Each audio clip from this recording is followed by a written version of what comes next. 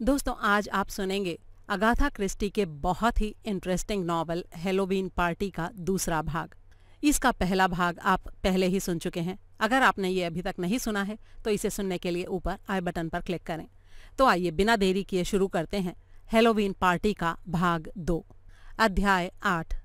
इस समय 6 बजे थे। हरक्यूल पॉयरो अपने दोस्त स्पेंस और उसकी बहन मिसेस एल्स्पेथ मैक्के के साथ उनके मकान में बैठा हुआ था। इस मकान का नाम था पाइन क्रेस्ट। मिसेस मैक्के ने पॉयरो के लिए खास तौर से नाश्ता बनाया था जो बहुत ही टेस्टी था। अपने शारीरिक गठन में मिसेस मैक्के अपने भाई स्पेंस से एकदम उलट थी।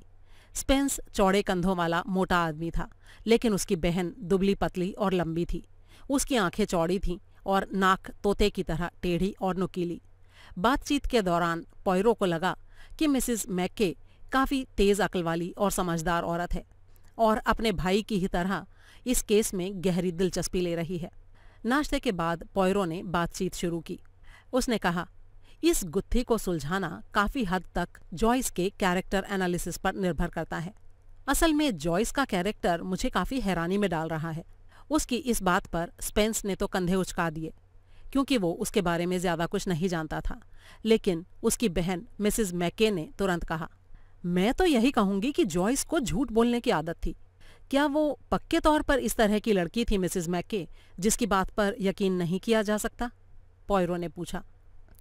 जी हाँ, बिल्कुल। वो कोई भी गढ़ी हुई कहानी इतने यकीन से और इतने बढ़िया तरीके से कहती थी कि सुनने वाला हैरान रह जाता था। कम से कम मैं तो उसकी कही किसी भी बात पर यकीन नहीं कर सकती। आपने उसके भारत घूमने वाली कहानी के बारे में तो सुना ही होगा।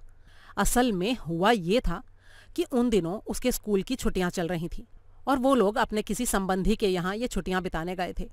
इसी बीच जॉयस के कोई अंकल भारत घूमकर लौटे थे। जॉयस ने उनसे भारत के कुछ अनुभव और कहानियां सुन ली। बस फिर क्या था, छुट्टियों के बाद स्कूल लौटने पर उसने अपने सारे फ्रेंड्स को ये कहना शुरू कर दिया कि वो छुट्टियों में भारत घूमने गई थी। अपने चाचा से सुने हुए सारे किस्से उसने ऐसे लहजे में अपनी दोस्तों को सुनाए जैसे वो सारे अनुभव खुद उसके साथ ही हुए हों। उसने भारत के राजाओं के ऐश्वर्य, ताजमहल और शेरों के शिकार वगैरह का ऐसा सटीक वर्णन किया कि सुनने वाले दांतों तले उंगली दबाए रह गए। जाहिर था कि ज्यादातर लोगों ने उसकी बात पर यकीन कर लिया, लेकिन मुझे उसके इस दावे पर शुरू से ही संदेह था।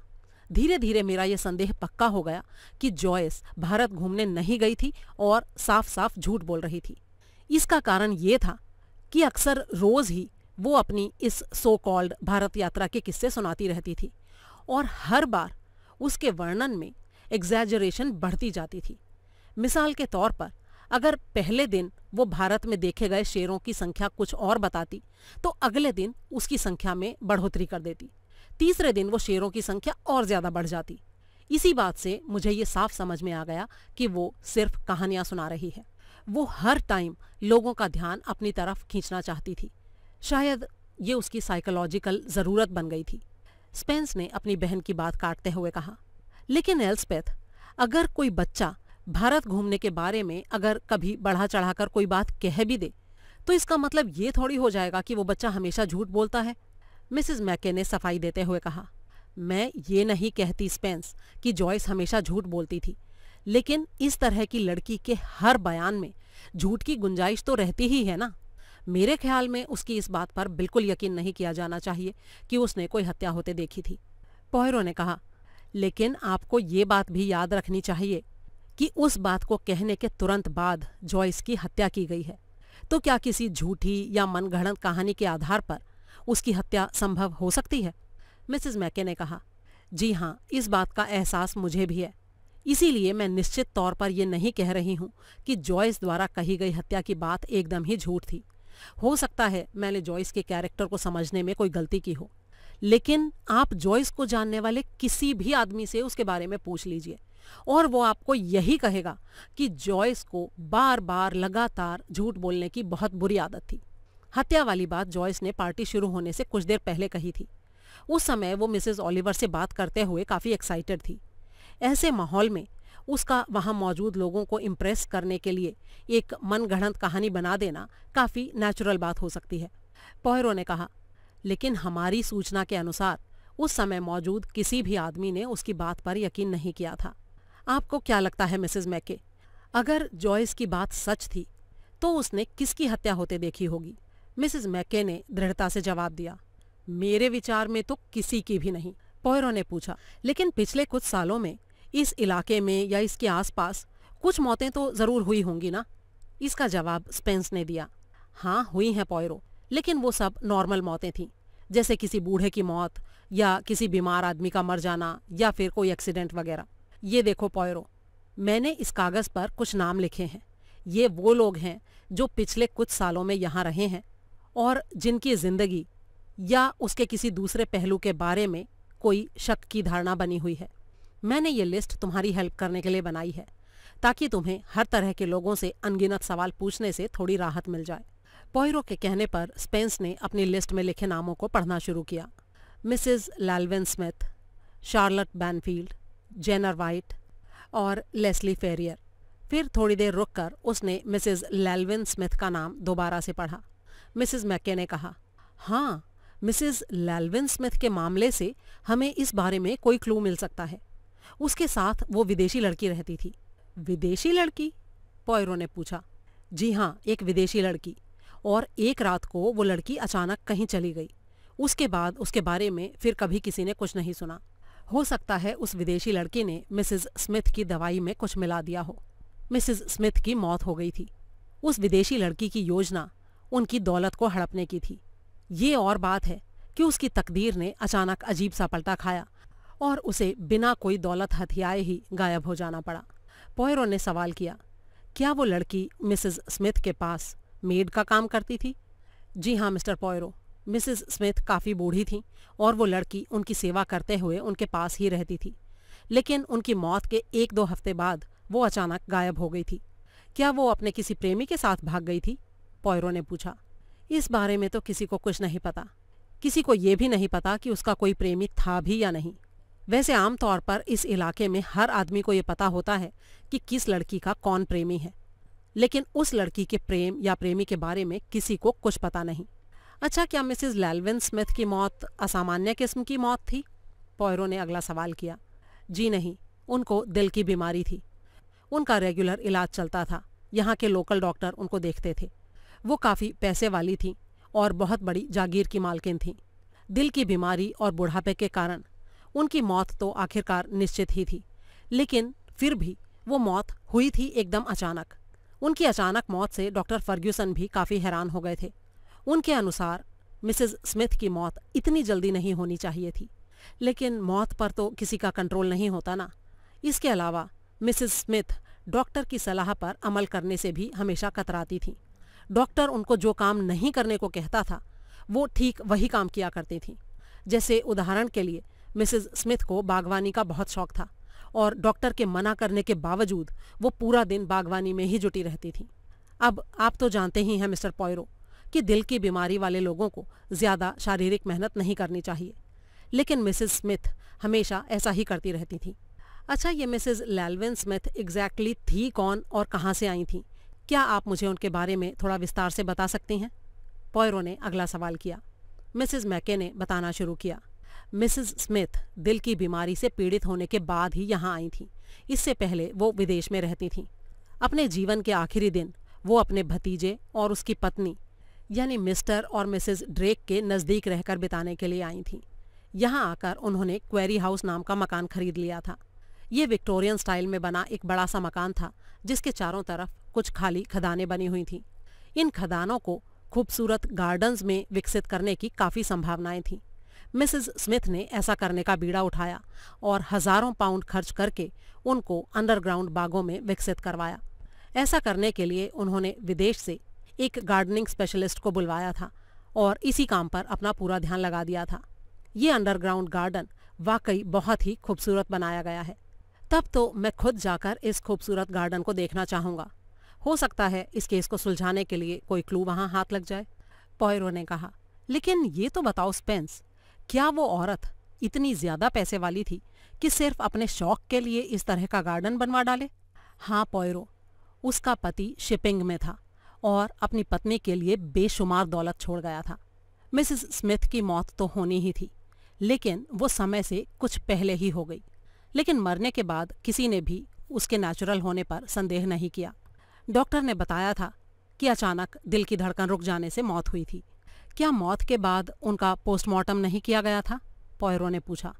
स्पेंस ने ना में सिर हिला दिया और बोला, मिसेस स्मिथ और उनके गार्डन स्पेशलिस्ट ने इन खदानों को वाकई एक बहुत ही खूबसूरत अंडरग्राउंड गार्डन में बदल दिया था। वो दोनों 3 या 4 साल तक अपनी इस योजना पर मेहनत करते रहे थे। असल में मिसेस स्मिथ ने आयरलैंड में इस तरह का एक गार्डन देखा था और तभी से अपना एक पर्सनल वैसा ही गार्डन बनाने का भूत उनके दिमाग पर सवार हो गया था। अपने जीवन के आखिरी पल तक वो अपने इस सपने को पूरा करने में लगी रही थी। वो गार्डन वाकई में बहुत ही खूबसूरत बन पड़ा है और देखने लायक चीज़ है।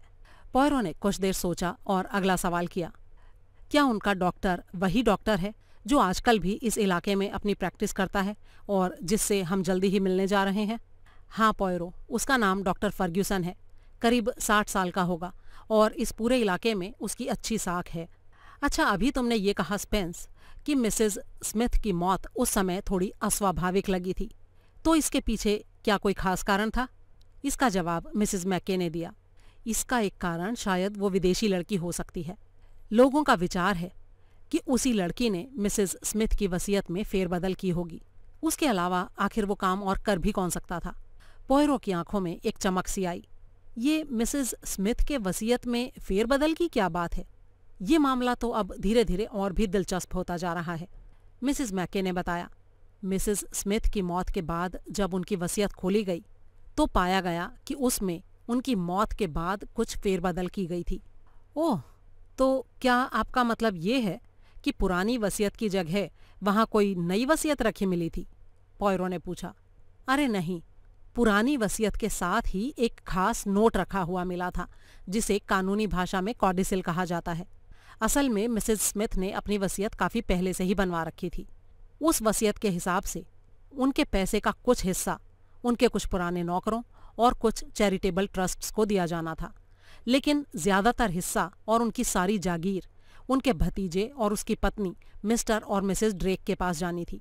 इस दुनिया में मिसेस स्मिथ का सबसे नज़दीकी संबंधी उनका वो भतीजा ही था और मिसेस स्मिथ अपने जीवन के आखिरी दिन उसके नज़दीक रहकर काटने के लिए ही यहाँ रहने आई थी। ऐसी हालत में ये नेचुरल था कि वो अपनी दौलत का अधिकतम हिस्सा अपने भतीजे और उसकी पत्नी के नाम ही लिख दें। लेकिन वो जो कॉडिसिल थी उसके हिसाब से मिसेस स्मिथ की सारी दौलत उस विदेशी मेड के नाम लिखी गई थी। कॉडिसिल में ये लिखा गया था कि क्योंकि उस मेड ने मिसेस स्मिथ के आखिरी दिनों में पूरी लगन और श्रद्धा से उसकी सेवा की थी, इसलिए वो अपनी सारी दौलत उस लड़की के नाम छोड़कर जा रही हैं। ये तो वाकई काफ़ी दिलचस्प है। अच्छा, मुझे उस विदेशी लड़की के बारे में कुछ बताइए, पॉयरो ने कहा। वो किसी यूरोपियन देश से आई थी पॉयरो, जिसका नाम मुझे अब याद नहीं है। वो करीब 1.5 साल तक मिसेस स्मिथ के साथ रही थी। असल में मिसेस स्मिथ ने अपनी ज़िंदगी में कई बार अपनी वसीयत में मामूली चेंजेस किए थे। वो अक्सर नौकरों और चैरिटेबल ट्रस्टों को दी जाने वाली रकम में फेरबदल करती रहती थी, लेकिन वसीयतनामे में किए गए हर फेरबदल में भतीजे को दी जाने वाली रकम और जागीर में कोई बदलाव नहीं होता था। इसके अलावा उन्होंने अपने गार्डन स्पेशलिस्ट को पूरे जीवन भर अपने मकान में रहने की इजाज़त भी दी थी। उस अंडरग्राउंड गार्डन की देखभाल के लिए एक स्थायी रकम अलग रखी गई थी और उसे पब्लिक रूप से खुला रखने के निर्देश भी दिए गए थे। पॉयरो ने कुछ सोचते हुए पूछा, तब तो उस कॉडिसिल को देखकर मिस्टर और मिसेस ड्रेक ने ज़रूर ये दावा किया होगा कि अपनी मौत से पहले मिसेस स्मिथ का दिमागी बैलेंस बिगड़ गया था और इसी बात का फ़ायदा उठाकर उनकी उस विदेशी नौकरानी ने ही उनसे वो कॉडिसिल लिखवाई थी। स्पेंस ने कहा, मिस्टर और मिसेस ड्रेक ने ज़रूर ऐसा ही किया होता, लेकिन ऐसा करने की नौबत ही नहीं आई। वकीलों ने जब उस कॉडिसिल की जांच की तो उनको साफ साफ नजर आया कि उसके ऊपर जो राइटिंग थी वो मिसेस स्मिथ की थी ही नहीं, किसी और आदमी ने उनकी लिखावट की नकल की थी और इस तरह से ये मामला जालसाजी का मामला बन गया। जांच करने पर यह स्पष्ट हो गया कि ये जालसाजी ज़रूर उस विदेशी लड़की ने ही की होगी। असल में मिसेस स्मिथ अपने बिजनेस से रिलेटेड सारे पत्रों को छोड़कर बाकी सारे पत्र हाथ से लिखकर भेजना ही पसंद करती थी। उनके हिसाब से अपने दोस्तों और संबंधियों को टाइप किए हुए पत्र भिजवाना बहुत ही फूहड़ता और अशिष्टता की निशानी होती। लेकिन बूढ़ी होने के कारण वो अपनी सारी चिट्ठियों को हाथ से नहीं लिख पाती थी, इसलिए वो अपनी चिट्ठियां इस विदेशी नौकरानी से लिखवाती थी। वो उसको ये भी ऑर्डर देती थी कि वो अपनी राइटिंग को मालकिन की राइटिंग जैसा ही बनाकर लिखे, ताकि जिस आदमी को वो पत्र मिले उसे ये पता ना चल सके कि उस पत्र को किसी दूसरे से लिखवाया गया है। वो उस नौकरानी को नीचे अपने साइन करने का निर्देश भी देती थी। मिसेस स्मिथ की मेहतरानी मिसेस मिंडन ने उनको अपनी विदेशी नौकरानी को इस तरह के निर्देश देते अपने कानों से सुना था। इस तरह धीरे धीरे वो विदेशी नौकरानी अपनी मालकिन की राइटिंग की नकल करने में एक्सपर्ट हो गई। तो ऐसे ही किसी दिन ऐसा कोई पत्र लिखते हुए उसके दिमाग में ये बात आई होगी कि वो इस तरह से अपनी मालकिन की वसीयत में भी बदलाव कर सकती है और उनकी सारी दौलत को हथिया सकती है।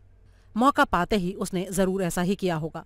लेकिन वकीलों की नज़रें काफ़ी पैनी निकली और उन्होंने इस जालसाजी को तुरंत ही पकड़ लिया। क्या ये काम मिसेस स्मिथ के खुद के वकीलों ने किया था? पॉयरो ने पूछा। हाँ पॉयरो, फुलरटन, हैरिसन एंड लैडबैटर नाम की वकीलों की एक कंपनी है। ये मैनचेस्टर की काफ़ी मशहूर कंपनी है। मिसेस स्मिथ का सारा काम इसी कंपनी की मार्फत होता था। कंपनी के वकीलों को जब मिसेस स्मिथ के कॉडिसल पर संदेह हुआ तो उन्होंने इस बारे में राइटिंग एक्सपर्ट्स की सलाह ली। उनका शक सही निकला और उन्होंने फिर उस विदेशी लड़की को बुलवाकर उससे कुछ सवाल पूछे। बस इसके कुछ दिनों बाद ही एक दिन वो लड़की अचानक गायब हो गई। वो अपने साथ अपना पूरा सामान तक नहीं ले गई थी। वकीलों की कंपनी उसके खिलाफ केस करने की तैयारी कर रही थी, लेकिन वो लड़की तो इससे पहले ही भाग गई। ऐसा कोई आदमी देश छोड़कर अगर कहीं और जाना चाहे तो उसे कोई खास दिक्कत नहीं आती है। तुम तो जानते ही हो पॉयरो कि कॉन्टिनेंट के देशों में एक दिन की सैर करने के लिए तो कानूनन पासपोर्ट बनाने की भी ज़रूरत नहीं पड़ती है। और ऊपर से अगर इनमें से किसी देश में किसी आदमी का कोई सगा संबंधी या दोस्त हो तो देश छोड़कर वहां चले जाना और भी आसान हो जाता है। उस विदेशी लड़की ने भी टाइम रहते यही किया होगा। इससे पहले कि पुलिस या गुप्तचर एजेंसियों को उसके इरादों के बारे में कोई शक होता, वो चुपचाप देश को छोड़कर भाग गई। सभी का यही विचार था कि वो या तो अपने देश वापस चली गई होगी या फिर किसी दूसरे देश में नाम बदलकर रह रही होगी। पॉयरो ने अगला सवाल किया, क्या इस इलाके में रहने वाले सारे लोगों ने मिसेस स्मिथ की मौत को एक नेचुरल मौत ही माना था? हाँ पॉयरो, इस बारे में किसी ने भी किसी तरह का संदेह नहीं दिखाया था। जब डॉक्टर ने ही उसे नेचुरल मौत मान लिया तो दूसरा कोई आदमी इस बारे में कैसे शक कर सकता था? हो सकता है जॉयस मिसेस स्मिथ के घर जाती हो और उसने उस विदेशी लड़की को मिसेस स्मिथ को दवा वगैरह पिलाते देखा हो सकता है उस समय मिसेस स्मिथ ने कहा हो, आज की दवाई पहले से ज़्यादा कड़वी है या इस दवा का स्वाद थोड़ा अजीब सा है। इसी तरह की कोई बात उसने सुन ली हो और बाद में थोड़ा बड़ा होने पर उसे ऐसा लगा हो कि वो नौकरानी उस समय मिसेस स्मिथ की हत्या कर रही थी। समझा। अच्छा ये बताओ स्पेंस कि मिसेस स्मिथ की मौत घर के अंदर हुई थी या बाहर? मौत के समय वो घर के अंदर ही थी पॉयरो। एक दिन अपने गार्डन से हाँफते हुए घर लौटी थी। घर पहुंचकर उन्होंने कहा कि वो बहुत थक गई थी और फिर वो अपने पलंग पर लेट गईं और फिर उसके बाद वो पलंग से कभी नहीं उठ पाई। बिस्तर पर लेटकर आराम करते हुए ही उनके प्राण पखेरु उड़ गए थे। मेडिकल नज़रिए से ये एक नेचुरल मौत थी। पॉयरो ने अपनी जेब से एक नोटबुक निकाली। उसके पहले पन्ने पर टाइटल की जगह पर लिखा था शिकार। इसके नीचे उसने लिखा मिसेस लैल्विन स्मिथ। इसके बाद अगले पेज पर उसने स्पेंस द्वारा बताए गए सारे नाम लिख लिए। मिसेस लैल्विन स्मिथ के बाद अगला नाम था शार्लट बैनफील्ड का। पॉयरो ने स्पेंस से उसके बारे में पूछा। स्पेंस ने बताया, शार्लट बैनफील्ड 16 साल की एक दुकान में काम करने वाली कर्मचारी थी। उसकी लाश खदान के पास के जंगल में मिली थी। उसके सिर पर कई घाव थे। उसकी हत्या के सिलसिले में 2 लड़कों पर संदेह किया गया था। वो दोनों ही लड़के उसके प्रेमी रहे थे, लेकिन हत्या के बारे में कोई प्रमाण नहीं मिल पाया था। पॉयरो ने पूछा, क्या इन दोनों लड़कों से पुलिस को हत्यारे के बारे में कोई सुराग नहीं मिला था? नहीं पॉयरो, दोनों ही लड़के घबराए हुए थे। वो अपनी सफाई देने के लिए पुलिस के सामने कुछ झूठ बोले और एक दूसरे के तर्कों को काटते रहे, लेकिन उनको हत्यारा साबित करने के लिए पुलिस के पास काफ़ी प्रमाण नहीं थे और इसीलिए दोनों छूट गए थे। काफ़ी संभव है कि उन्हीं दोनों में से किसी ने ही शार्लट की जान ली हो। उनमें से एक था पीटर गॉर्डन। उसकी उम्र थी 21 साल। वो उस समय बेकार था। हालांकि उससे पहले उसे 1-2 बार मामूली नौकरियां मिली थीं जहां उसने टिक कर काम नहीं किया था। वो काफ़ी कामचोर और सुस्त था। हाँ, उसकी शक्ल सूरत अच्छी थी। एक दो बार वो मामूली चोरियों के लिए पकड़ा गया था, लेकिन उसके खिलाफ पुलिस के रिकॉर्ड में कोई गंभीर बात नहीं थी। दूसरे का नाम था टॉमस हड। वो 20 साल का था, शर्मीले स्वभाव का था और हकलाता था। वो एक टीचर बनना चाहता था, लेकिन अच्छे ग्रेड न मिलने के कारण उसकी ये इच्छा पूरी नहीं हो पाई थी। उसकी माँ विधवा थी और उससे बहुत प्यार करती थी। वो उसे औरतों से मित्रता नहीं करने देती थी और अपने साथ ही चिपकाए रखना चाहती थी। वो लड़का एक दुकान में नौकरी करता था और उसके खिलाफ भी पुलिस में कोई रिपोर्ट नहीं थी, लेकिन मनोवैज्ञानिक कारणों से उसके अंदर अपराध करने की टेंडेंसी थी। उस लड़की की हत्या का संभावित कारण जलन हो सकता था, लेकिन सबूतों के अभाव में इन दोनों ही नौजवानों में से किसी पर भी मुकदमा नहीं चलाया जा सका था। दोनों के बचाव में काफी मजबूत दलीलें थीं। टॉमस हड के बारे में उसकी माँ कसमें खा खाकर कहती थी कि हत्या के समय उसका बेटा घर में उसके पास ही बैठा हुआ था और वो उस पूरी शाम कहीं घर से बाहर नहीं गया था। किसी दूसरे आदमी ने भी उसे उस शाम घर से बाहर नहीं देखा था। इसी तरह से गॉर्डन के बारे में भी उसके दोस्तों ने गवाहियां दी थी और उसे भी कसूरवार नहीं ठहराया जा सका था। ये सब करीब 18 महीने पहले की बात है। वुडले कॉमन के पास ही एक खेत की पगडंडी पर यह हादसा हुआ था, वहां से करीब 3/4 मील दूर। क्या ये जगह रेनॉल्ड्स परिवार के घर के पास थी? पॉयरो ने पूछा। अरे नहीं, ये तो वुडले कॉमन गांव के दूसरे सिरे की तरफ थी। तब तो मेरे ख्याल से स्पेंस जॉयस इस हत्या के बारे में नहीं कह रही होगी। शार्लट बैनफील्ड के सिर पर घाव थे, जिससे साफ है कि उसकी हत्या हिंसा भरे तरीके से की गई थी। अगर जॉयस ने ये हत्या होते देखी होती तो उसे तुरंत ये समझ में आ गया होता कि वो हत्या ही हो रही थी, लेकिन जॉयस के हिसाब से उसने जब वो चीज़ देखी थी उस समय वो समझ नहीं पाई थी कि उसे ही हत्या कहते हैं। हत्या होने के काफ़ी समय के बाद उसे इस बात का एहसास हुआ था। इससे साफ जाहिर है कि जॉयस ने शार्लट बैनफील्ड की हत्या होते तो नहीं ही देखी थी। अब तुम मुझे अगले शिकार के बारे में बताओ, लेस्ली फेरियर के बारे में। स्पेंस ने बताना शुरू किया। लेस्ली फेरियर 28 साल का था और वकीलों की company Messrs Fullerton Harrison and Ledbetter में क्लर्क के तौर पर काम करता था। क्या ये वही कंपनी है स्पेंस, जिसके बारे में तुमने मुझे अभी थोड़ी देर पहले बताया था? पॉयरो ने पूछा। हाँ, वही कंपनी है। लेस्ली फेरियर की ग्रीन स्वैन पब के पास हत्या की गई थी। उसकी पीठ पर तेज चाकू के घाव मिले थे। लोग कहते हैं कि उसका एक मशहूर जमींदार की पत्नी से रोमांस चल रहा था। जमींदार का नाम था हैरी ग्रिफिन। मिसेस ग्रिफिन काफ़ी सुंदर औरत थी। वो लेस्ली से 4-5 साल बड़ी थी, लेकिन लोग कहते हैं कि उसे नौजवान लड़कों से रोमांस करने का बड़ा शौक था। इस हत्या का संभावित कारण ये बताया जाता था कि शायद लेस्ली ने मिसेस ग्रिफिन से अपने संबंध तोड़ दिए थे और किसी दूसरी लड़की से प्रेम करने लगा था, लेकिन ये किसी को नहीं पता कि वो लड़की कौन थी। क्या इस हत्या के मामले में किसी के ऊपर शक किया गया था? जमींदार ग्रिफिन पर या फिर उसकी पत्नी पर? पॉयरो ने पूछा। स्पेंस ने कुछ देर सोचने के बाद कहा, ये बात हो तो सकती है पॉयरो कि यह हत्या उन दोनों में से ही किसी ने करवाई हो। मुझे मिसेस ग्रिफिन के इस हत्या के पीछे होने की संभावना ज्यादा लगती है। वो बड़ी ही मूडी और जज्बाती स्वभाव की औरत बताई जाती है। अपने प्रेमी को किसी दूसरी औरत के साथ प्रेम करते देख उसके अंदर ईर्ष्या की भावना पैदा हुई होगी और शायद उसी ने ये हत्या करवाई होगी। लेकिन इस मामले में कुछ और संभावनाओं को भी हम अनदेखा नहीं कर सकते। लेस्ली फेरियर का जो बिजनेस वाला जीवन था वो भी पूरी तरह से दोषरहित नहीं था।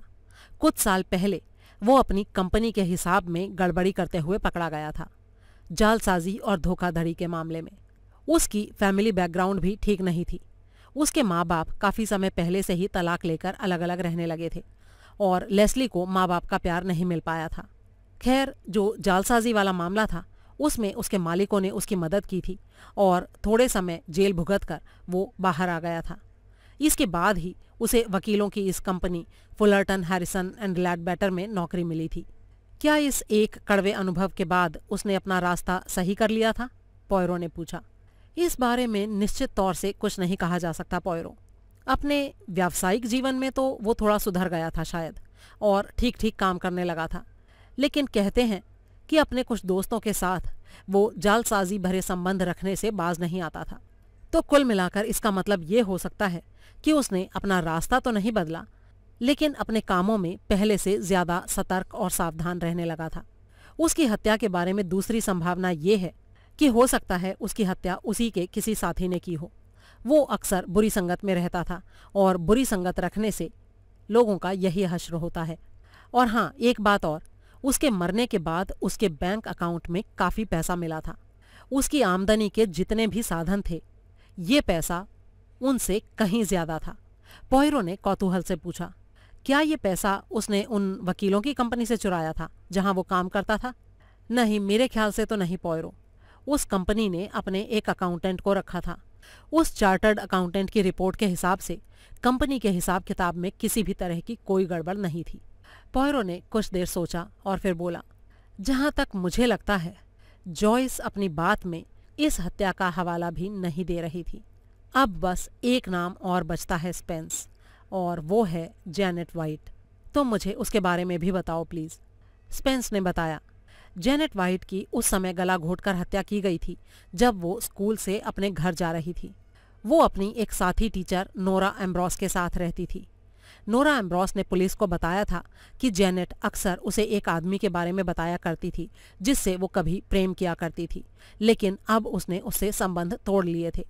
वो आदमी जैनेट को धमकी भरे पत्र लिखकर उसे सदा तनाव में डाले रखता था। उस व्यक्ति की पहचान नहीं हो पाई थी। नोरा एम्ब्रोस को भी ना तो उस आदमी का नाम पता था और ना ही वो ये जानती थी कि वो कहाँ रहता था।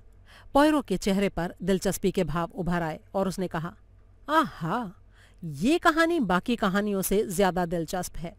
जॉयस के द्वारा बाकी हत्याओं के मुकाबले इस हत्या को देखे जाने की संभावना अधिक जान पड़ती है। इस हत्या में वो हत्या के शिकार की पहचान कर सकती थी, क्योंकि जैनेट वाइट को वो पहले से ही जानती होगी और शायद स्कूल में उससे कभी पढ़ी भी होगी। शायद उसने हत्यारे की शक्ल ना देखी हो, लेकिन उसे जैनेट वाइट से संघर्ष करते देखा हो सकता है। शायद उसने इसे सही मायनों में हत्या का मामला भी ना समझा हो। अच्छा ये बताओ स्पेंस, जैनेट वाइट की हत्या हुई कब थी? करीब 2.5 साल पहले, स्पेंस ने बताया। आहा, तब तो टाइम के हिसाब से भी जॉयस द्वारा यही हत्या देखे जाने की संभावना एकदम ठीक बैठती है। आज से 2.5 साल पहले वो वाकई छोटी और नासमझ रही होगी। जैनेट वाइट और उसके हत्यारे के बीच हो रहे संघर्ष को वो हत्या नहीं समझी होगी। हो सकता है उसे ये लगा हो कि वो अपने किसी खास ढंग से गले मिल रहे थे, लेकिन बाद में जब उसकी हत्या का समाचार चारों तरफ फैला होगा, उस समय उसे ये ख्याल आया होगा कि उसने जो होते देखा था वो वास्तव में हत्या थी। अब तक चुपचाप बैठी मिसेस मैके ने अचानक पॉयरो को टोकते हुए पूछा, मैं आपकी बात समझ रही हूँ मिस्टर पॉयरो, लेकिन क्या आपकी तहकीकात करने की प्रक्रिया उल्टी नहीं है? जॉयस की हत्या 3 दिन पहले हुई है और आप उसके हत्यारे को तलाश करने की बजाय 3 साल पहले जैनेट वाइट की हत्या के कारण को ढूंढने की कोशिश कर रहे हैं। आखिर क्यों? पॉयरो ने मुस्कुराते हुए कहा, मैं अतीत से शुरू करके भविष्य की तरफ चल रहा हूँ। 3 साल पहले हुई जैनेट वाइट की हत्या से अपनी जांच पड़ताल शुरू करके उसे 3 दिन पहले हुई जॉयस की हत्या तक लाने की कोशिश कर रहा हूँ। अब हमारे सामने सवाल ये है कि उस पार्टी में ऐसा कौन सा आदमी मौजूद हो सकता है जिसका जैनेट वाइट की हत्या से कोई संबंध रहा हो।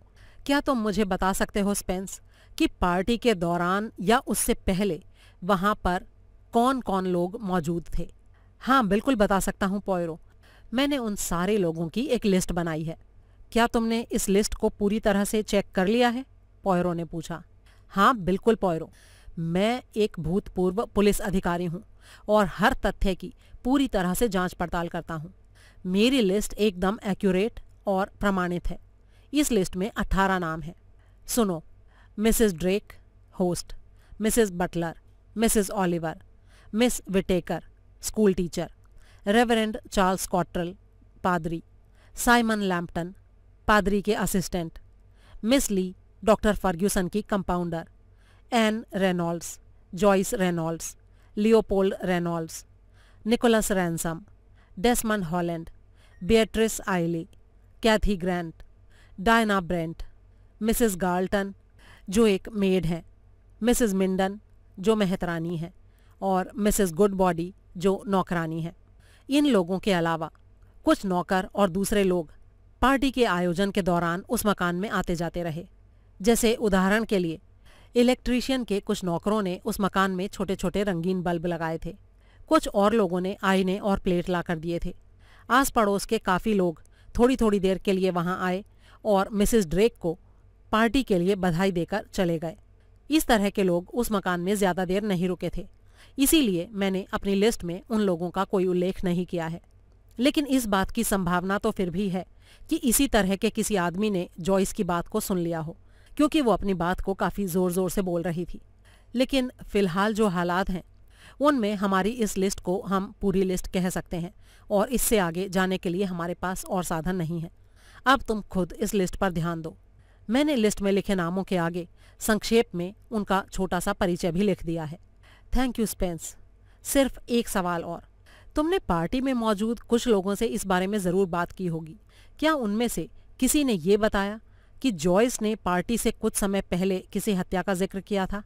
नहीं पॉयरो, सरकारी तौर पर जॉयस की इस हत्या वाली बात को रिकॉर्ड नहीं किया गया है। शायद पुलिस ने भी उसे गंभीरता से नहीं लिया है।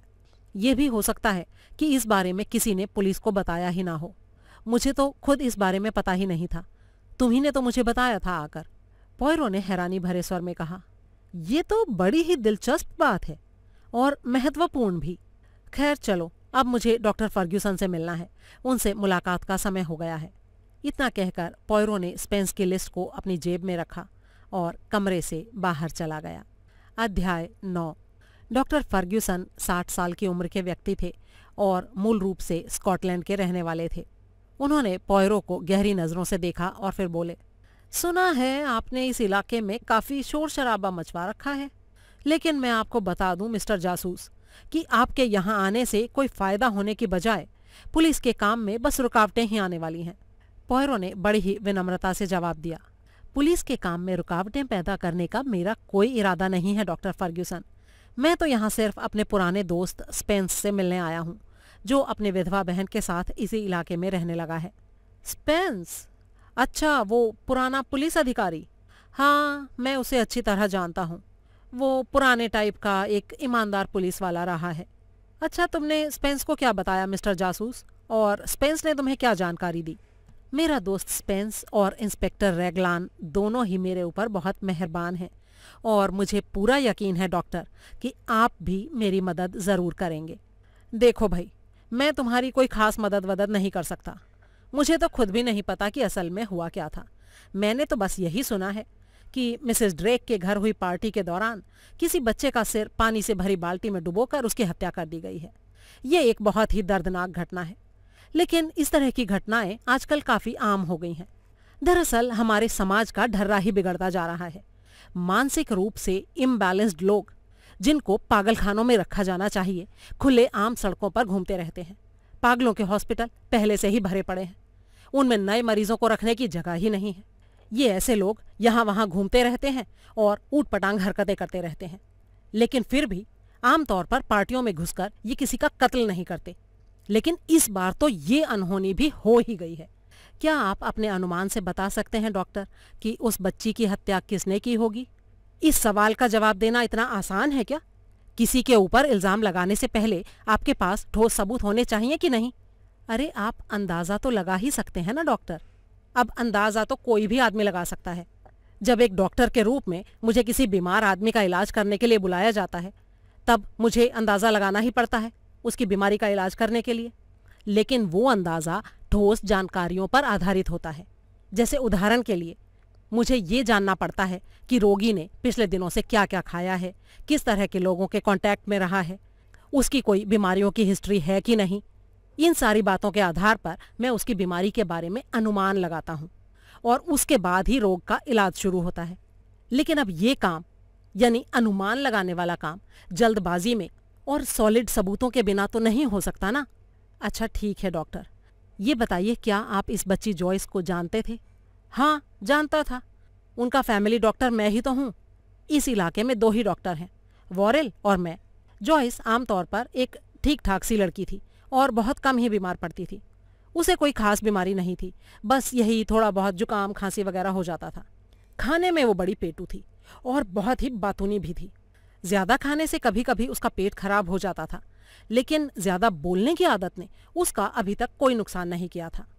लेकिन उसका बातूनी होना आज उसके लिए मौत का कारण तो बन ही गया ना डॉक्टर। हाँ, मैंने भी इस बारे में कुछ अफवाहें सुनी हैं मिस्टर जासूस, लेकिन मुझे ये कोई इतनी ठोस बात नहीं लगी जिस पर इतना ध्यान दिया जाए। मुझे तो ऐसा लगता है कि जॉयस की हत्या का कारण खुद जॉयस में नहीं बल्कि उसके हत्यारे के दिमाग में है। उसकी हत्या करने वाला आदमी जरूर कोई पागल आदमी रहा होगा। मैं साइकियाट्रिस्ट नहीं हूं, लेकिन इंसानी साइकोलॉजी को अच्छी तरह से समझता हूं। किसी की भी जॉयस से ना तो कोई दुश्मनी थी और ना ही उस छोटी बच्ची की हत्या से किसी को कोई फायदा होने वाला था। तो फिर ये भला किसी पागल के अलावा और किसका काम हो सकता है? ठीक है, मैं आपकी बात समझ रहा हूँ। तो आपके ख्याल में पार्टी में जो लोग मौजूद थे उनमें से इस तरह का पागल आदमी कौन हो सकता है? अब उस बारे में मैं कैसे बता सकता हूँ? ये तो साफ जाहिर है कि हत्यारा उस दिन वहीं था। अगर वो वहां ना होता तो हत्या होती कैसे? तो जाहिर है कि वो वहां मौजूद मेहमानों, नौकरों या हेल्परों में से ही कोई होगा। या फिर ये भी हो सकता है कि वो कोई बाहर का आदमी हो और मौका पाकर अंदर घुस आया हो। आपको किसी खास आदमी पर संदेह नहीं है डॉक्टर? जी नहीं मिस्टर जासूस, मैं प्रमाणों के बिना रोग का इलाज नहीं बता सकता, समझे आप? अच्छा ठीक है, लेकिन इतना तो आप भी मानते ही हैं ना कि हत्यारा पार्टी में शामिल लोगों में से ही कोई होगा।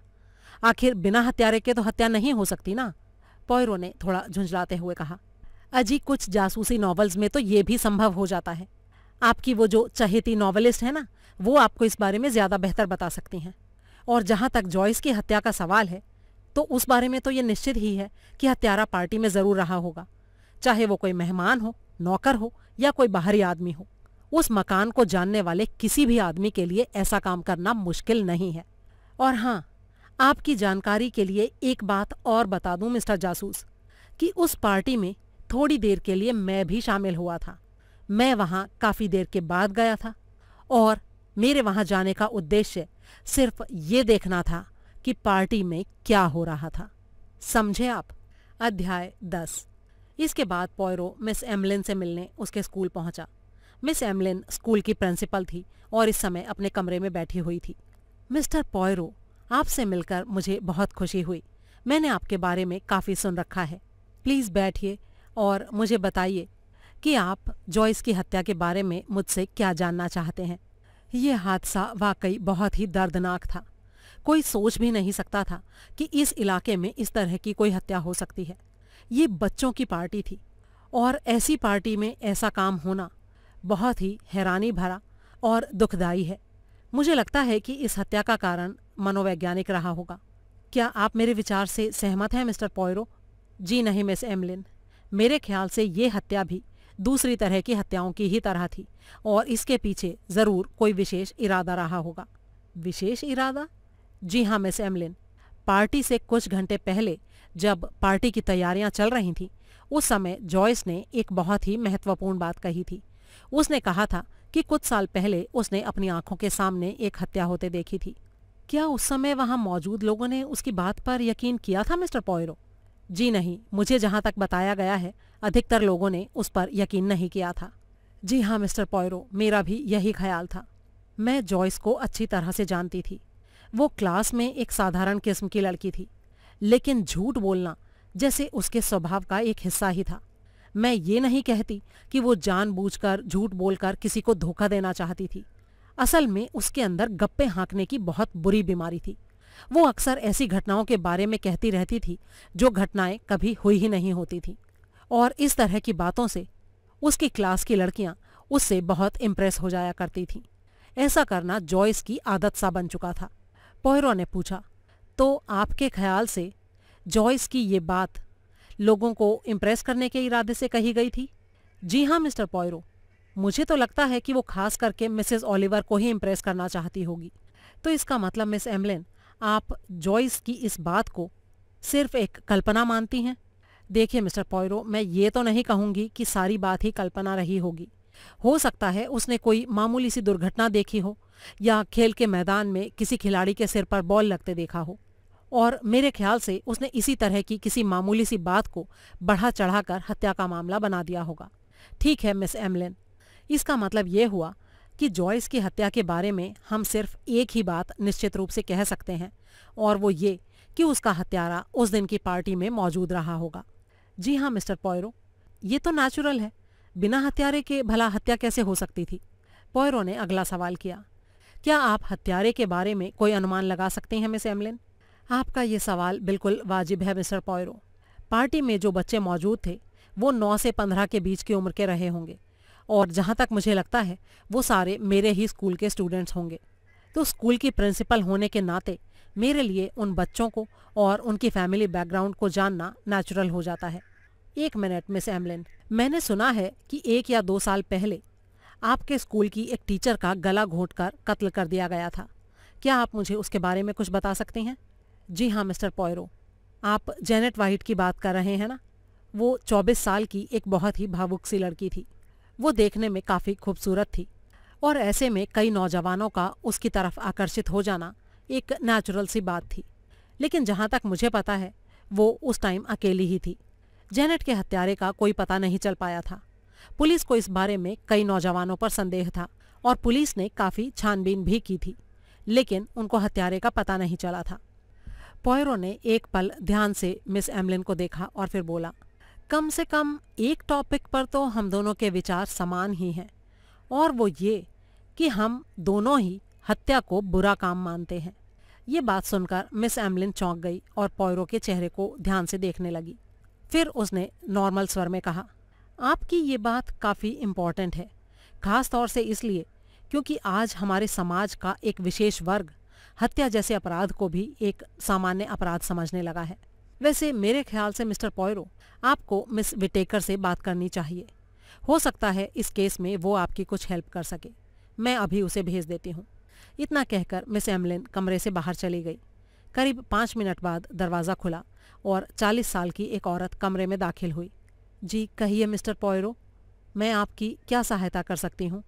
मिस एमलिन ने मुझे बताया है कि आप जॉयस की हत्या के बारे में मुझसे कुछ पूछना चाहते हैं। पॉयरो ने सपाट स्वर में कहा।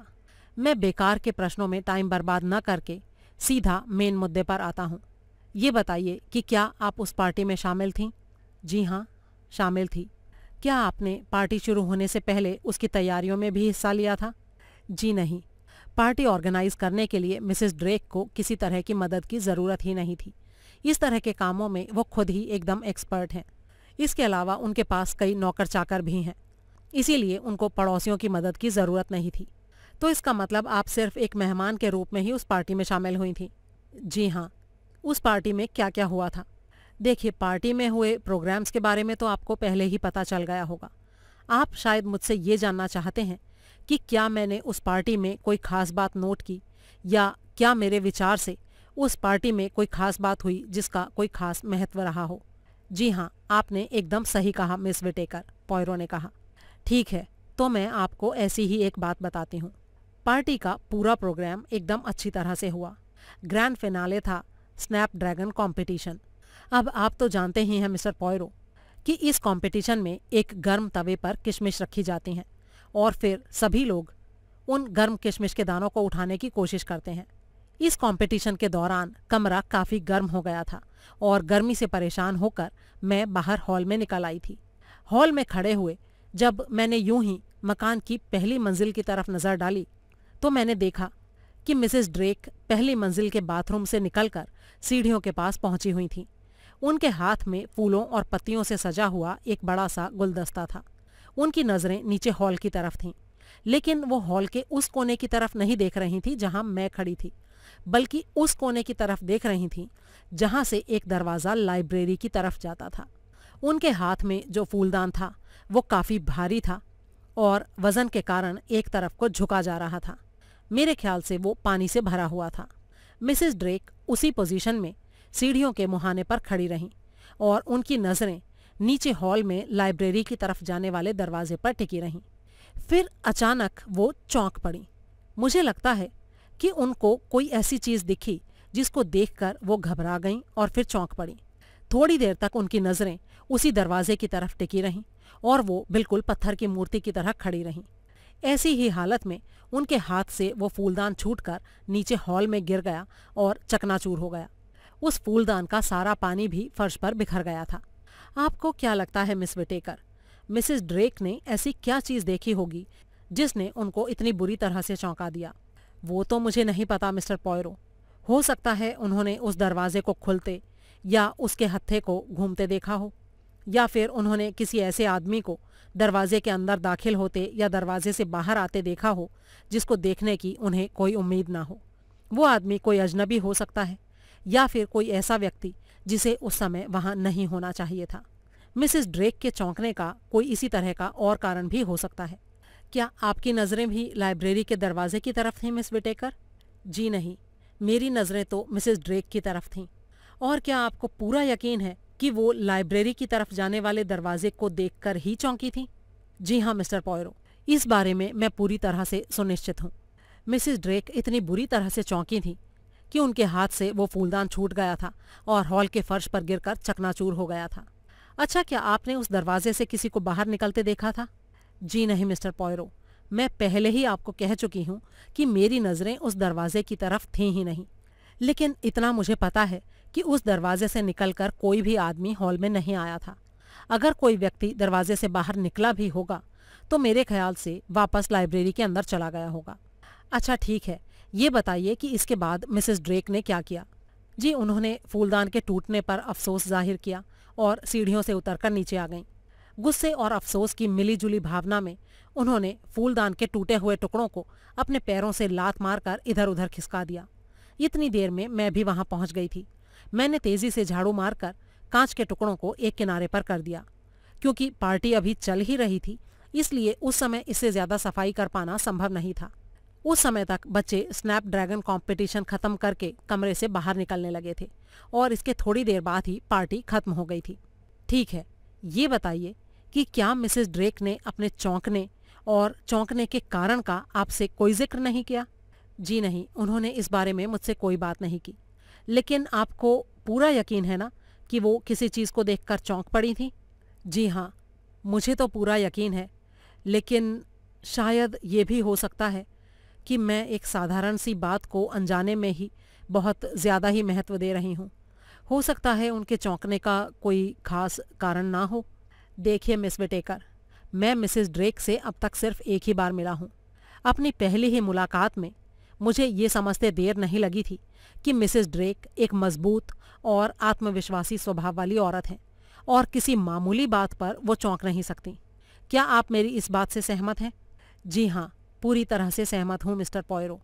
असल में मैं खुद भी यही सोच रही थी कि ऐसी कौन सी बात हो सकती है जिसने मिसेस ड्रेक को इतना चौंका दिया होगा। और आपने इस बारे में उनसे कोई सवाल भी नहीं किया मिस विटेकर? जी नहीं, मैंने उनसे कुछ नहीं पूछा था। असल में मिस्टर पॉयरो, उस समय मैंने इस बात पर ज्यादा ध्यान ही नहीं दिया था। ये तो जॉयस की हत्या की बात पता चलने के बाद ही अचानक इन सारी बातों पर मेरा फिर से ध्यान गया। लेकिन इस बात की भी पूरी संभावना है कि उनके यूं चौंक उठने का कोई खास अर्थ हो ही नहीं। ठीक है मिस विटेकर, मैं बस आपसे एक दो सवाल और करूँगा। क्या आप मुझे ये बता सकते हैं कि इस हैलोवीन पार्टी में जो भी कंपटीशन या प्रोग्राम हुए थे वो सही सही किस ऑर्डर में हुए थे? जी हाँ, मैं बिल्कुल बता सकती हूँ मिस्टर पॉयरो। पार्टी की शुरुआत हुई थी ब्रूम वाले कंपटीशन से। इस कंपटीशन में बच्चे अपनी अपनी सजाई हुई झाड़ुएं लेकर आए थे। इसके लिए 3 या 4 इनाम भी दिए गए थे। इसके बाद गुब्बारों का खेल हुआ था, जिसमें गैस से भरे गुब्बारों को बच्चे कमरों में चारों तरफ उड़ा रहे थे। ये खेल छोटी उम्र वाले बच्चों के लिए था। इसके बाद लड़कियों के लिए आईनों वाला गेम था। हर लड़की को अपने अपने आईने में अपने काल्पनिक भावी पति की शक्ल दिखाई देती थी। ऐसा किस तरह से संभव हुआ था मिस विटेकर? अरे ऐसा करना तो बहुत ही आसान है मिस्टर पॉयरो। ये एक टेक्निकल चीज़ है। इसको कुछ नौजवान लड़कों ने आयोजित किया था। उस कमरे के दरवाजे के ऊपरी हिस्से में एक चौकोर भाग को काट दिया गया था और इसमें से बारी बारी से कोई आदमी अंदर झांकता था। अंदर झांकने वाले आदमी की शक्ल की परछाई उस आईने में पड़ती थी और आईने के पास बैठी लड़की उस शक्ल वाले आदमी को अपना भावी पति मान लेती थी। क्या उन लड़कियों को ये पता चल जाता था मिस विटेकर कि वो आईने में किसकी शक्ल देख रही हैं? अरे नहीं मिस्टर पॉयरो, जो भी लड़के उस दरवाजे से अंदर झांकते थे वो या तो अपने चेहरों को सुंदर मुखौटों से ढके होते थे या फिर थोड़ा मेकअप लगाकर अपनी शक्ल को बदले हुए होते थे।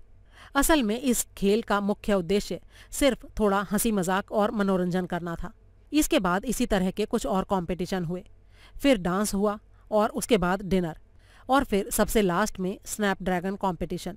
ठीक है, आपने जॉयस को आखिरी बार कब देखा था, ये बताइए। मुझे कुछ याद नहीं आ रहा है मिस्टर पॉयरो कि मैंने उसे आखिरी बार कब देखा था। असल में मैं उसे अच्छी तरह जानती भी नहीं थी। जॉयस मेरी क्लास में नहीं थी और वो कोई बहुत ही ब्रिलियंट स्टूडेंट भी नहीं थी, इसीलिए मैंने उसकी तरफ कभी कोई खास ध्यान नहीं दिया था। क्या आपने उसे किसी आदमी के साथ लाइब्रेरी की तरफ जाते देखा था मिस विटेकर? अरे नहीं मिस्टर पॉयरो, अगर ऐसा हुआ होता तो मैं शुरू में ही आपको ये बात बता चुकी होती। ठीक है, बस एक सवाल और मिस विटेकर, आप इस स्कूल में कितने सालों से पढ़ा रही हैं? जी करीब 6 साल से। और आपके सब्जेक्ट्स क्या हैं? जी मैथ्स और लैटिन लैंग्वेज। क्या आपको जैनेट वाइट नाम की एक लड़की की याद है जो 2 साल पहले यहाँ पढ़ाती थी? जैनेट वाइट का नाम सुनकर मिस एलिजाबेथ विटेकर चौंक पड़ी, लेकिन तुरंत ही खुद को संभालते हुए बोली, लेकिन जैनेट वाइट का इस मामले से कोई लेना देना नहीं है। पॉयरो ने बड़े ही दार्शनिक अंदाज में कहा, इस दुनिया में कोई भी चीज असंभव नहीं है। असल में अपनी हत्या से पहले जॉयस ने कहा था कि उसने अपनी आंखों के सामने एक हत्या होते देखी थी। तो मैं आपसे ये जानना चाहता हूँ कि क्या ये हत्या जैनेट वाइट की हत्या हो सकती है? क्या आप मुझे बता सकती हैं कि उसकी हत्या कैसे की गई थी? जी हाँ, एक शाम स्कूल से घर लौटते हुए हत्यारे ने उसका गला घोंट दिया था, एलिजाबेथ ने बताया। क्या उस समय जैनेट अकेली थी? जी मेरे ख्याल से नहीं। ओह, तो क्या उसके साथ नोरा एम्ब्रॉस थी? आप नोरा एम्ब्रॉस के बारे में क्या जानते हैं? फिलहाल तो कुछ भी नहीं, लेकिन जानकारी हासिल करना चाहता हूँ। जैनेट वाइट और नोरा एम्ब्रॉस के बारे में आपके क्या विचार हैं मिस विटेकर?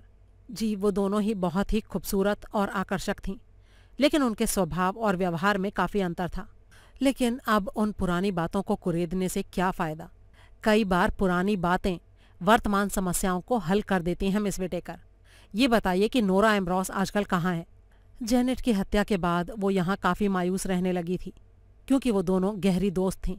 इसीलिए उसने स्कूल से त्यागपत्र दे दिया था और नॉर्थ इंग्लैंड के एक स्कूल में नौकरी कर ली थी।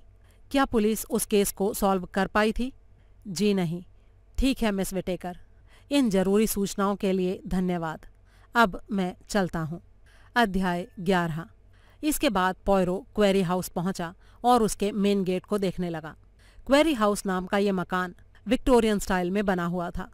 पॉयरो उस मकान के अंदर दाखिल नहीं हुआ, लेकिन मकान के बाहर से ही वो इस बात का अंदाज़ा लगा सकता था कि उसके भीतर की डेकोरेशन किस तरह की होगी। मकान की बाहरी खिड़कियों पर पर्दे लगे हुए थे। पॉयरो आगे बढ़ा और उसने दरवाजे पर लगी घंटी को बजाया। थोड़ी देर में एक सफ़ेद बालों वाली दुबली पतली औरत बाहर निकली और उसने बताया कि कर्नल और मिसेस वेस्टन लंदन गए हुए हैं और अगले हफ्ते तक लौटकर नहीं आएंगे। पॉयरो ने उस औरत से क्वेरी गार्डन के बारे में पूछा, जिसका वो निरीक्षण करना चाहता था। औरत ने बताया कि वो गार्डन आम जनता के मनोरंजन के लिए खुला हुआ है और उसमें अंदर जाने की कोई फीस नहीं ली जाती है। उसने ये भी बताया कि वो गार्डन मकान से 5 मिनट के ही फासले पर है। औरत को धन्यवाद देकर पॉयरो क्वेरी गार्डन की तरफ चल दिया। उसके दिमाग में अलग अलग लोगों से हुई बातचीत के दौरान पता चले तथ्य बार बार घूम रहे थे। उसे इन सारी बातों और तथ्यों में एक खास पैटर्न उभरता हुआ नजर आ रहा था। एक जाली वसीयतनामा और एक लड़की। जाली वसीयतनामा एक लड़की के फेवर में बनाया गया था और फिर वो लड़की अचानक गायब हो गई थी। एक नौजवान कलाकार को किसी दूसरे देश में पत्थरों और चट्टानों से भरे एक इलाके में अंडरग्राउंड गार्डन बनाने के लिए यहाँ बुलाया गया था। ये गार्डन मिसेस लेल्विन स्मिथ के आदेश पर बनाया गया था और मिसेस स्मिथ को इस तरह का गार्डन बनाने की प्रेरणा मिली थी आयरलैंड से। पॉयरो को याद आया कि वो खुद 5 या 6 साल पहले आयरलैंड गया था किसी केस के बारे में तहकीकात करने। उस केस के बारे में कुछ बड़े ही दिलचस्प पहलू सामने आए थे और ये पहलू ही उसे आयरलैंड तक ले गए थे। केस को सुलझाने के बाद आयरलैंड घूमने के दौरान पॉयरो ने कहीं एक ऐसा गार्डन देखा था जो बिल्कुल इस क्वेरी गार्डन जैसा ही दिखाई देता था। पॉयरो को ठीक से ये तो याद नहीं आ रहा था कि वो गार्डन उसने कहाँ देखा था, लेकिन उसे उस गार्डन की याद इसलिए आ रही थी क्योंकि वो संसार के बाकी सारे गार्डन से एकदम अलग किस्म का था। उस गार्डन को देखने के लिए पॉयरो कुछ लोगों के एक छोटे से ग्रुप के साथ नाव पर सवार होकर गया था। वो लोग एक छोटे से आइलैंड की तरफ गए थे। वो आइलैंड आमतौर पर इस तरह का नहीं था जिसे देखने टूरिस्ट लोग आते हों। वहाँ काफ़ी पानी और कीचड़ भरा हुआ था और उस वक्त वहाँ तेज़ हवाएं चल रही थीं। आइलैंड पर पहुंचकर पॉयरो को लगा कि उसे वहाँ नहीं आना चाहिए था और शायद वहाँ जाकर उसने कोई गलती कर दी है। उसके ग्रुप के बाकी लोग बातचीत करते हुए और हंसते गाते हुए चल रहे थे। पॉयरो अपने ओवरकोट को संभालते हुए और कीचड़ से अपने जूतों को बचाते हुए उनके पीछे पीछे चल रहा था। आइलैंड के चारों तरफ झाड़ियां और हल्के फुल्के पेड़ थे। पॉयरो को ये नज़ारा देखकर हैरानी हो रही थी कि आखिर उसे यहाँ कौन सी खूबसूरत जगह दिखाने के लिए लाया गया था। लेकिन तभी कुछ पेड़ों को पार करके पॉयरो एक ऐसी जगह पर पहुंचा जहाँ कुछ सीढ़ियाँ नीचे की तरफ जा रही थीं और उनके नीचे एक ऐसा गार्डन था जो किसी परीलोक की तरह दिखाई दे रहा था। उस गार्डन के फूल और पौधे, पेड़ और झाड़ियाँ, गार्डन के बीच से बह रही नदी और गार्डन के बीच बने रास्ते और पगडंडियाँ इतने खूबसूरत थे कि बस देखते ही बनते थे। गार्डन के चारों तरफ बहुत ही मनोरम पहाड़ियाँ थीं जो एक अंगूठी की तरह उस गार्डन की शोभा बढ़ा रही थीं। आयरलैंड के उस गार्डन के बारे में सोचते सोचते पॉयरो के सामने ये बात एकदम स्पष्ट हो गई कि वही वो गार्डन होगा जिसने मिसेस लैल्विन स्मिथ को क्वेरी गार्डन बनाने की प्रेरणा दी होगी। उस गार्डन को देखकर उनके दिमाग में ये विचार आया होगा कि वो भी अपने पैसे, टाइम और ताकत का इस्तेमाल करके इंग्लैंड के इस हिस्से में भी इसी तरह का एक अंडरग्राउंड गार्डन बना सकती हैं। ये फैसला करने के बाद उन्होंने किसी ऐसे कलाकार को तलाश किया होगा जो उनकी इस कल्पना को साकार कर सके। उनका ये कलाकार उन्हें मिला होगा माइकल गारफील्ड के रूप में और वो उसे यहाँ ले आई होंगी। उन्होंने माइकल गारफील्ड को न सिर्फ अच्छा वेतन दिया था बल्कि उसके रहने के लिए वहाँ एक मकान भी बनवा कर दे दिया था। यही सब सोचते सोचते पॉयरो थोड़ा आगे बढ़ा और वहाँ रखे एक बेंच पर बैठ गया। इस समय पतझड़ का मौसम था और इस गार्डन में पतझड़ के ही फूल और पत्तियां लगे हुए थे। कुछ समय बाद बसंत का मौसम आने वाला था और उस समय उसी के अनुसार गार्डन के रूप में परिवर्तन कर दिया जाता।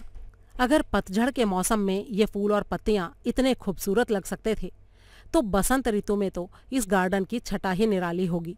इस गार्डन की खूबसूरती का एक दूसरा पहलू ये था कि इसे देखकर ऐसा लगता था मानो इस गार्डन के फूल और पौधे नेचुरल तौर पर अपने आप ही उग रहे हैं और उनमें किसी भी तरह का इंसानी हस्तक्षेप नहीं हुआ है। लेकिन असल में ऐसी बात नहीं थी। इस गार्डन का एक एक पौधा और पेड़ इंसानी कोशिशों का ही परिणाम था। असल में बागबानी के क्षेत्र में मिसेस लैल्विन स्मिथ का ज्ञान बहुत ही विस्तृत था। वो रॉयल हॉर्टिकल्चरल सोसाइटी की मेंबर थीं और सारे गार्डन्स और फूलों की एग्जीबिशंस को देखने जाती थीं। और ऊपर से जिस कलाकार को उन्होंने खोजा था यानी माइकल गारफील्ड को, वो भी एक बहुत ही ट्रेंड कलाकार था। वो अच्छी तरह जानता था कि पत्थरों और चट्टानों को किस तरह से फूलों की घाटी में बदला जा सकता था। इस गार्डन का पूरा प्लान उसने खुद ही बनाया था और उसे बहुत अच्छी तरह से पूरा भी किया था।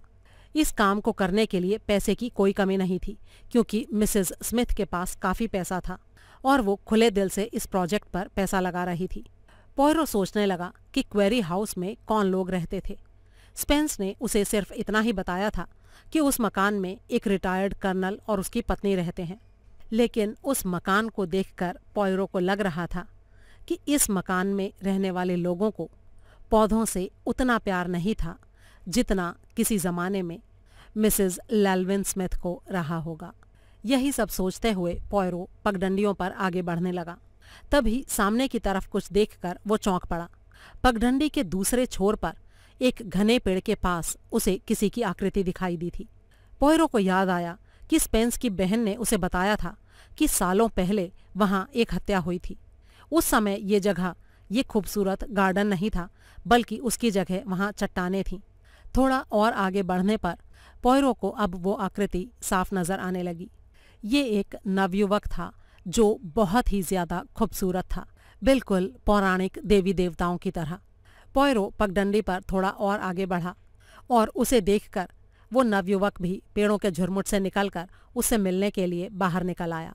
नज़दीक से देखने पर अब वो उम्र में उतना छोटा नहीं दिखाई दे रहा था जितना दूर से दिख रहा था। उसकी उम्र 30 से 40 के बीच की होगी। चेहरे पर एक हल्की मुस्कान थी और उसके बाल काले, घने और लंबे थे। पॉयरो ने कहा, मैं इस इलाके में अजनबी हूँ और सिर्फ ये खूबसूरत गार्डन देखने के लिए ही यहाँ आया हूँ। उम्मीद है आपको मेरे यहाँ आने से कोई एतराज़ नहीं होगा। जी नहीं, मुझे कोई एतराज़ नहीं। अक्सर लोग यहाँ चले आते हैं। कर्नल वेस्टन और उनकी पत्नी दोनों ही भले लोग हैं और किसी को यहाँ आने से नहीं रोकते। वे बस इतना चाहते हैं कि कोई आदमी किसी भी चीज को नुकसान ना पहुंचाए। वैसे आप हैं कौन? क्या आप कोई कलाकार हैं? पॉयरो ने सवाल किया। जी हाँ, मेरा नाम माइकल गारफील्ड है। ओह, तो इस बगीचे का निर्माण आपने ही किया है? जी हाँ, ये तो वाकई में बहुत ही खूबसूरत है। मैं इसके लिए आपको मुबारकबाद देता हूँ। मैंने सुना है कि ये गार्डन आपने मिसेस लैल्विन स्मिथ के लिए बनाया था, जिनका अब देहांत हो गया है। अब क्वेरी हाउस में एक रिटायर्ड कर्नल वेस्टन और उनकी पत्नी रहते हैं। तो क्या इस गार्डन के मालिक भी अब वो ही हैं? जी हाँ मिस्टर पॉयरो, कर्नल साहब को ये मकान काफ़ी कम दामों में मिल गया था। अधिकतर लोग इसे खरीदने के लिए इच्छुक नहीं थे। मिसेस स्मिथ ने अपने वसीयतनामे में ये मकान मुझे दिया था। तो क्या इस मकान को आपने ही बेचा है? जी हाँ। और क्वेरी गार्डन? वो भी मकान के साथ ही बिक गया। पॉयरो ने माइकल से पूछा, तुम्हें मेरा इस तरह से सवाल पूछना बुरा तो नहीं लग रहा है ना नौजवान? जी नहीं मिस्टर पॉयरो, इसमें बुरा मानने जैसी कोई बात नहीं है। असल में मैं आपके बारे में जानता हूँ। ये जगह ही इतनी छोटी है कि यहाँ सब लोग सारी बातों के बारे में जान ही जाते हैं। मुझे पता है कि आप जॉयस की हत्या के बारे में छानबीन कर रहे हैं। ओह, तब तो बढ़िया है मिस्टर माइकल। क्या तुम भी उस पार्टी में गए थे? जी नहीं। तब तो तुम बहुत ही भाग्यशाली हो, क्योंकि किसी भी ऐसी पार्टी में मौजूद होना जहाँ कोई हत्या हुई हो एक अच्छा अनुभव नहीं होता। अगर तुम भी वहाँ मौजूद रहे होते तो तुमसे भी कई तरह के अजीबोगरीब सवाल पूछे जाते। वैसे क्या तुम उस बच्ची को जानते थे? जी हाँ मिस्टर पॉयरो, मैं रेनॉल्ड्स फैमिली से अच्छी तरह से परिचित हूँ। असल में मैं इस इलाके में रहने वाले सारे परिवारों से परिचित हूँ। आप तो जानते ही हैं कि वुडले कॉमन एक छोटा सा इलाका है और यहाँ रहने वाले सभी लोग एक दूसरे को जानते ही हैं। बढ़िया। तो उस लड़की जॉयस के बारे में तुम क्या जानते हो? देखिए, मैंने उस लड़की पर कभी कोई खास ध्यान नहीं दिया। मुझे उसके बारे में सिर्फ इतना ही याद आ रहा है कि उसकी आवाज़ अच्छी नहीं थी। उसमें कड़वाहट और तीखापन मिला हुआ था। और वैसे भी मुझे बच्चों में कभी कोई खास दिलचस्पी नहीं रही है। बच्चों के साथ मैं बहुत बोर हो जाता हूँ। और ये लड़की तो एकदम घमंडी किस्म की थी और सिर्फ अपने ही बारे में बातें करती रहती थी। पॉयरो ने अपनी कलाई पर बंधी घड़ी पर नज़र डाली और फिर बोला, अच्छा, अब मैं चलता हूँ। मुझे किसी से मिलने जाना है। इस सारी बातचीत के लिए धन्यवाद। फिर पॉयरो लंबे लंबे कदम रखते हुए गार्डन से बाहर निकल आया। गार्डन के दरवाजे से 3 रास्ते 3 दिशाओं में जा रहे थे। इनमें से बीच वाले रास्ते पर किनारे पर रखे एक बड़े से पत्थर पर एक लड़की बैठी हुई थी। उसने पॉयरो से पूछा, आप मिस्टर हरक्यूल पॉयरो हैं ना? हाँ हूँ। मैं आपसे ही मिलने आई हूँ मिस्टर पॉयरो। आपको हमारे घर आना था चाय पर। मैं मिसेस बटलर की बेटी हूँ और मिसेस ओलिवर मेरी आंटी हैं।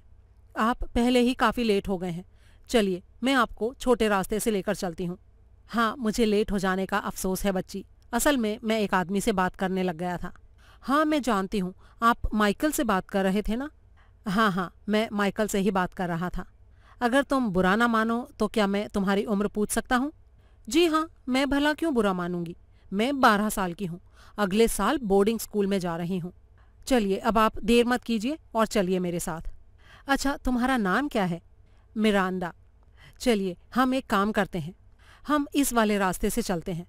ये रास्ता हमें अपने घर की झाड़ियों तक ले जाएगा, जहाँ से हम जल्दी घर पहुँच जाएंगे। दोनों उस रास्ते की तरफ बढ़ गए। तभी मिरांडा ने उंगली से दूर एक जगह की तरफ इशारा करते हुए कहा, आपको पता है मिस्टर पॉयरो, उस जगह पर एक फाउंटेन होता था। इस बात को बहुत साल हो गए। मेरे ख्याल से पेड़ों और झाड़ियों के बीच अभी भी किसी जगह पर वो फाउंटेन दबा हुआ होगा, लेकिन उससे पहले ही वो टूट गया था और आसपास के बच्चे उसके टूटे हुए टुकड़ों को उठा उठा कर ले जाते थे। बड़े ही अफसोस की बात है, किसी ने भी उसे मरम्मत कराने या दोबारा से बनवाने के बारे में नहीं सोचा, बल्कि उसको और भी तोड़ने में मदद करते रहे। क्या आपको भी फाउंटेन अच्छे लगते हैं? पॉयरो ने मुस्कुराते हुए कहा, हाँ, मुझे भी अच्छे लगते हैं। मेरे ख्याल से तुम इस पूरी जगह से काफ़ी अच्छी तरह से फैमिलियर हो और यहाँ के हर रास्ते और हर किनारे को जानती हो। क्या तुम अक्सर ही यहाँ आती रहती हो? जी हाँ मिस्टर पॉयरो, मैं अक्सर यहाँ घूमने फिरने या खाली समय बिताने आती हूँ। लेकिन आपको पता है, जब मैं यहाँ होती हूँ तो कोई मुझे देख नहीं सकता।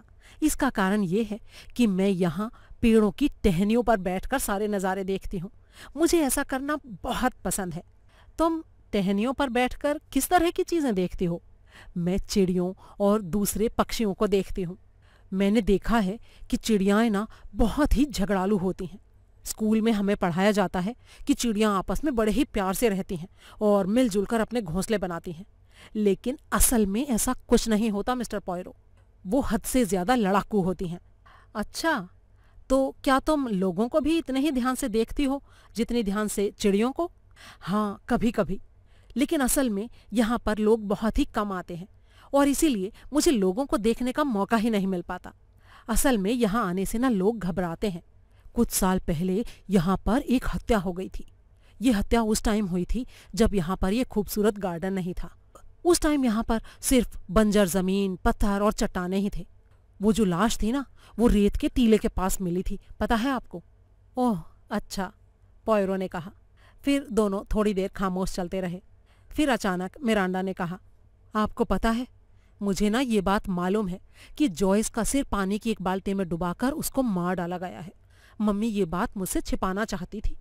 वो मुझे अभी तक ना बच्ची ही समझती हैं, लेकिन उनको पता नहीं मैं बच्ची नहीं हूँ, 12 साल की हो चुकी हूँ।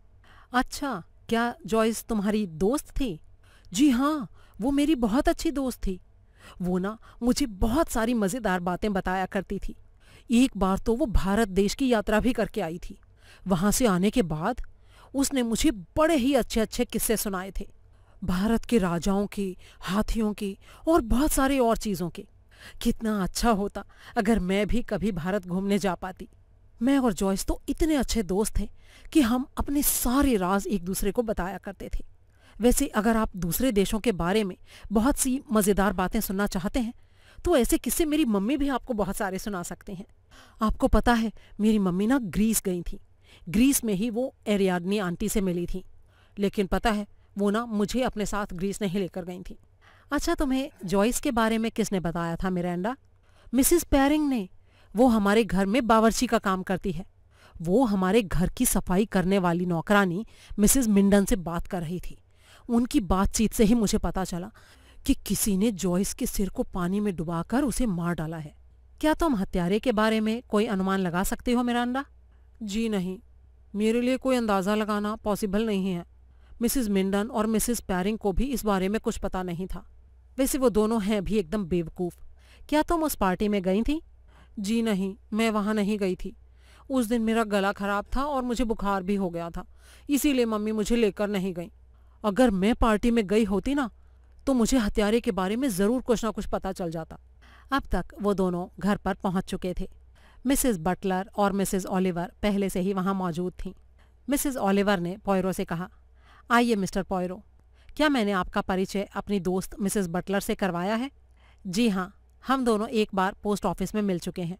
असल में कुछ समय पहले एक बार पोस्ट ऑफिस की किसी लाइन में खड़े हुए पॉयरो और मिसेस बटलर की मुलाकात हो चुकी थी।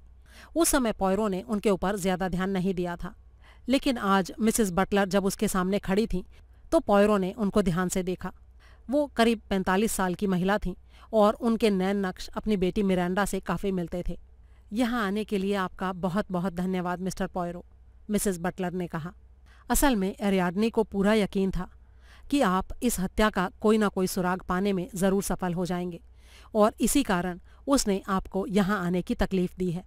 तभी अचानक मिसेस बटलर को याद आया कि मिरांडा भी कमरे में खड़ी उनकी बातचीत सुन रही थी। उन्होंने कहा, माय डियर मिरांडा, क्या तुम थोड़ी देर किचन में जाकर वहाँ नौकरानी को ठीक से काम करने को कहोगी प्लीज़? मिरांडा मुँह बिचकाकर रसोई की तरफ चल दी। मिसेस बटलर ने कहा, मैंने शुरू से ही ये कोशिश की कि मिरांडा को इस हत्या के बारे में कुछ भी पता ना लगे, लेकिन मेरी उम्मीद बेकार ही साबित हुई। उसे सारी बातों का पता चल गया है। कोई बात नहीं मिसेस बटलर, ऐसी बातों को छुपाकर रखना मुश्किल होता है। मिसेस बटलर ने कहा, मुझे तो यकीन ही नहीं हो पा रहा है कि जॉयस ने किसी की हत्या होते देखी थी। पॉयरो थोड़ा चौंका और बोला, तो क्या आपको ये लगता है कि जॉयस ने कोई हत्या नहीं देखी थी? अरे नहीं नहीं, मेरा ये मतलब नहीं है मिस्टर पॉयरो। मुझे तो हैरानी इस बात की है कि उस हत्या को देखने के बाद जॉयस इतने समय चुप कैसे रह पाई। चुप रहना उसके स्वभाव में था ही नहीं।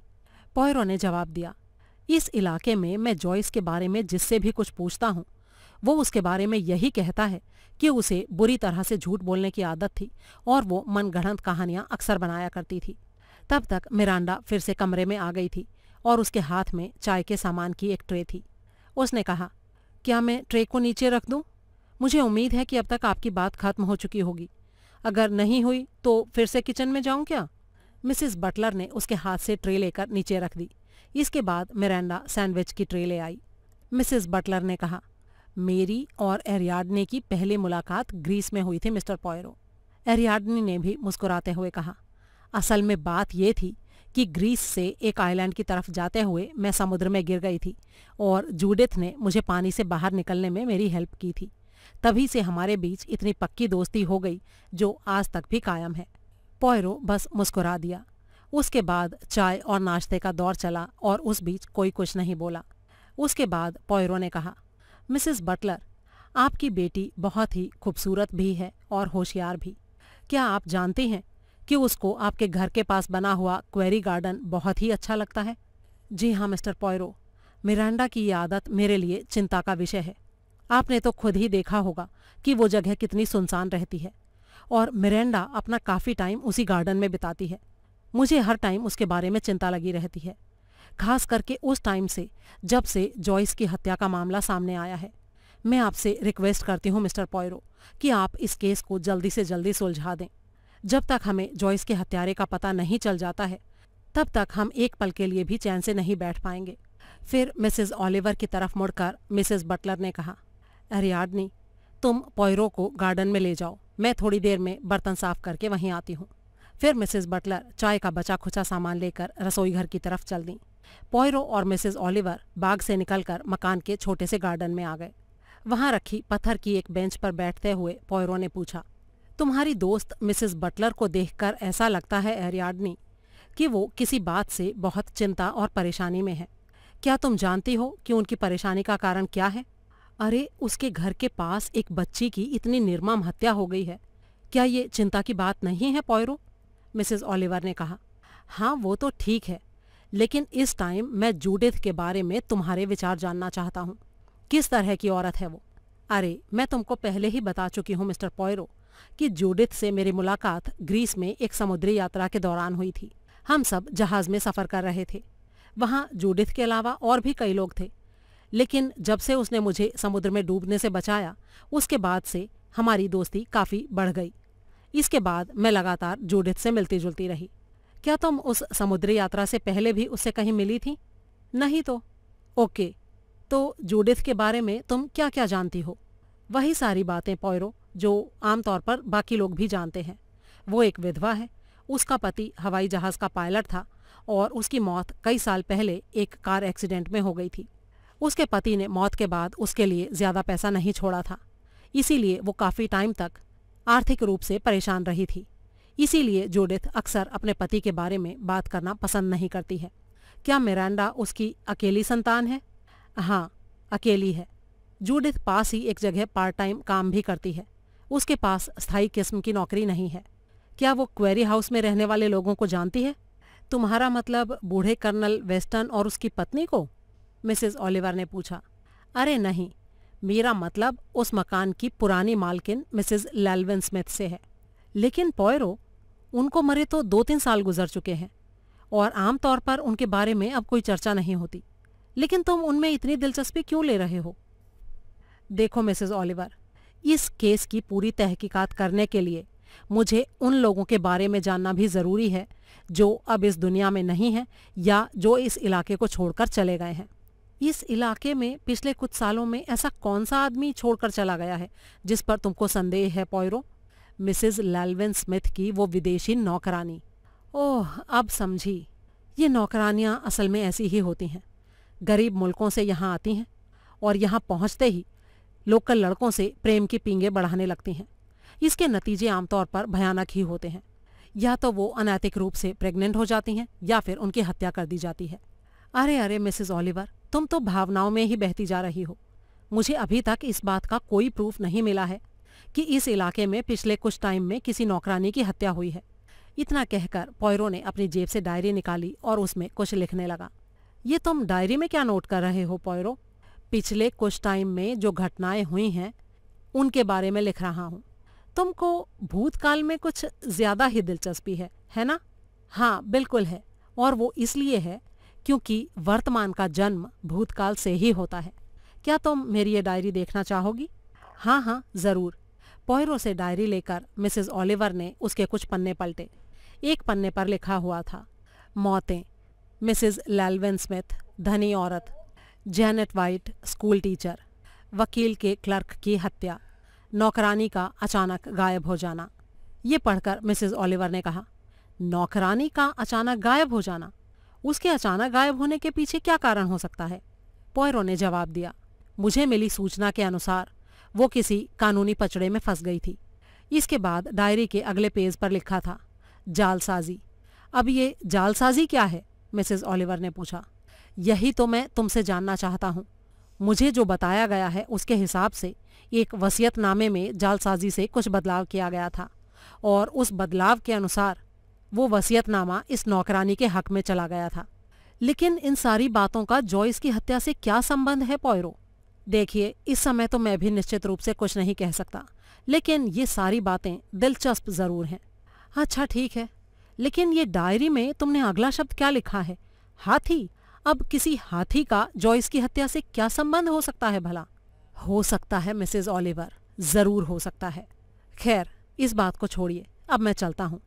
मिसेस बटलर से मेरी नमस्ते कहिएगा, और ये भी कि उनसे और उनकी बेटी से मिलकर मुझे बहुत खुशी हुई, और उनसे ये भी कहिएगा कि अपनी बेटी का ध्यान रखें। मिसेस ओलिवर ने मुस्कुराते हुए कहा, मैं अच्छी तरह जानती हूँ मिस्टर पॉयरो, साधारण सी बातों को जानबूझकर रहस्यमय बना देना तुम्हारी पुरानी आदत है, और तुम इस आदत को छोड़ने वाले नहीं हो। खैर कोई बात नहीं। अब आगे तुम्हारी क्या प्लानिंग है? कल सुबह मुझे वकील से मिलना है, मैसर्स फुलरटन, हैरिसन एंड ग्लैडबैटर से। उनका ऑफिस मैनचेस्टर में है। मुझे उनसे वसीयतनामे में हुई जालसाजी और कुछ दूसरी बातों के बारे में जानकारी हासिल करनी है।